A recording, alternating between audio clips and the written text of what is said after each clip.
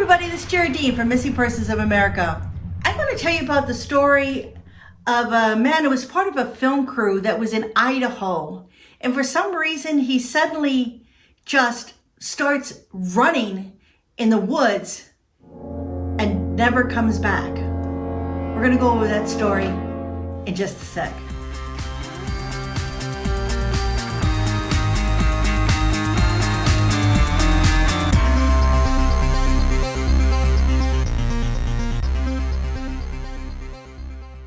So Terrance Woods, 27, he was part of a film crew that was going to Idaho. Terrance was from Maryland, and he traveled to Idaho to work on this film production. And he was part of the London production company, Raw TV. And he showed up there, and he showed up for the first day. And this, where they were doing this filming was in a really remote area, and there was caves in that area and woods everywhere, so you could very easily get lost if you took off by yourself.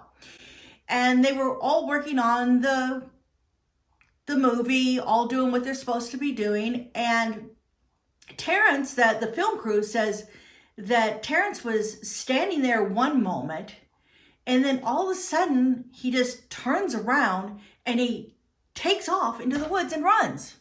Last Friday, Woods was on a dozen-person TV production crew. It just completed a shoot near Penman Mine.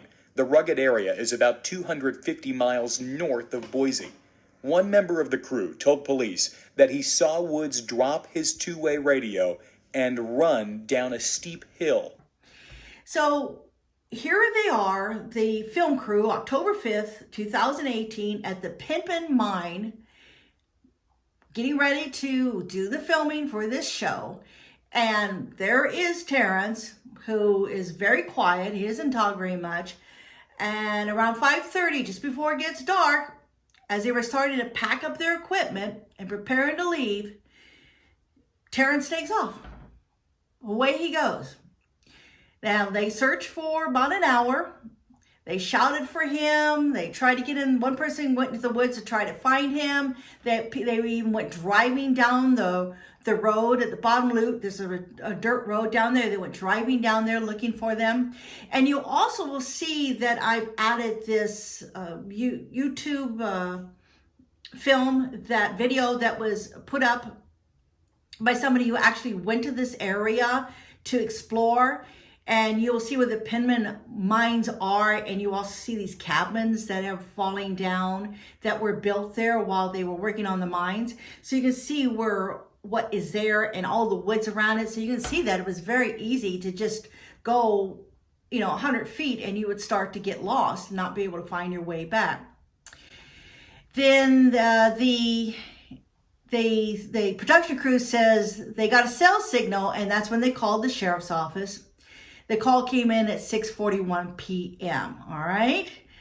So they showed up, the police showed up, and they told them what happened, and they began looking for him, but they weren't having any luck at all. The search has been hampered by freezing, snowy weather. Conditions did improve Thursday, allowing Air Force helicopters to use infrared cameras. But now police say the search will be scaled back. So posted on social media was the story about what the crew had said that had happened that day, and I want to read that to you. Quote, "My understanding is that the crew were all subcontractors working for Raw TV, a London-based company which had contracted with Discovery Channel to shoot the footage of Penman Mine for its Gold Rush series. There were 10 people in the film crew total, including Terrance, and I believe some of them might have been friends or acquaintances. I read a comment that Terrance had worked before with a couple of the crew and knew them slightly, but it's not like all 10 were a close-knit group who'd worked together regularly or for a long time. The other 2 people were local men who had been hired to guide the crew around the mine area and show them all the best sites. So the crew arrived at the town they were using for their base, which was Elk City, and it has a population of 250.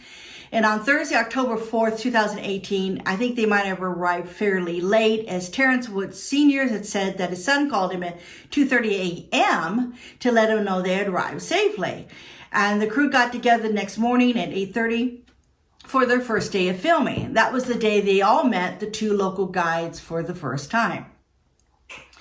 The shoot in and around the area was supposed to last for 2 weeks, but about this time, Terrance sent his father a series of text messages telling him that instead Terrance was going to be going home in 5 days on October 10th, and that Rot TV had agreed to buy or change his airline ticket so he could leave the shoot early. Before he disappeared, Terrance Woods texted his family. He said he was leaving his trip to Idaho early. He has never once cut any of his trips short.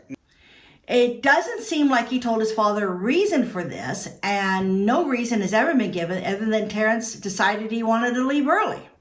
It's a huge question mark in this whole thing. The day of Friday, October 5th was spent filming around the Penman Mine, and according to crew members, nothing particular notable happened as they did. They described Terrance as seeming unusually quiet, but otherwise normal. About 5:30 p.m., as it started to get dark, the crew started packing up their equipment and preparing to leave. That's when Terrance took off. So the crew searched for Terrance for about an hour, first shouting for him, and one person going into the woods to try to find him. Then driving down the bottom loop of the dirt road, they driven in on to see if he was waiting for them down there. When they didn't find him, they drove until they got a cell signal and called the sheriff's department. That was about 6:41 p.m. So there wasn't a long time before Terrance was going missing, and the group reported what had happened to the authorities. And that's the end of that quote.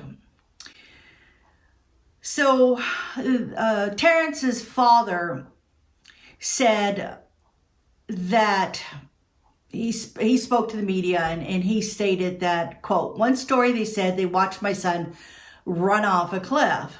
What do you mean you all watched him? What do you mean you watched him? What are you saying? He's 130 pounds, soaking wet. These are all big guys like me, and you're going to say you watch this little guy go and kill himself on whatever you're trying to put out there. Come on, man. And said Terrance's dad. He also said that my son saw something, heard something he shouldn't have seen or heard and didn't like. My son is not in the woods. Someone picked my son up. What for? What's going on? That's what I want to know. My son is not in the woods. Now, that is Terrance's father's opinion, that you can't find Terrance because he's not there. His parents have a theory. He's scared. Someone was bullying him. He was fearful. There was something going wrong, and he felt he couldn't deal with it, and he wanted to leave.